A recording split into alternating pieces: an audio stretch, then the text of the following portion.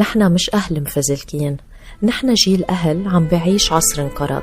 غمضنا عيوننا على لعبة الغميضة والضيعة، فقنا لقينا حالنا بين أجهزة بإيدينا وإيدين ولادنا.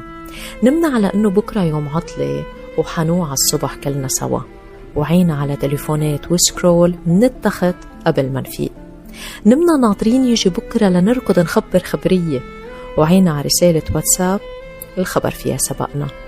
نمنا نهتم ببعض، وعينا نهتم بشكلنا بالصور.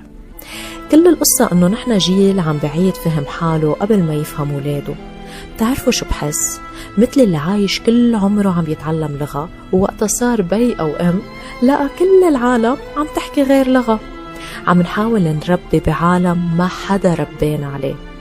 نحن جيل الأهل يلي قلبه معلق بالماضي وعقله مضطر يواكب المستقبل.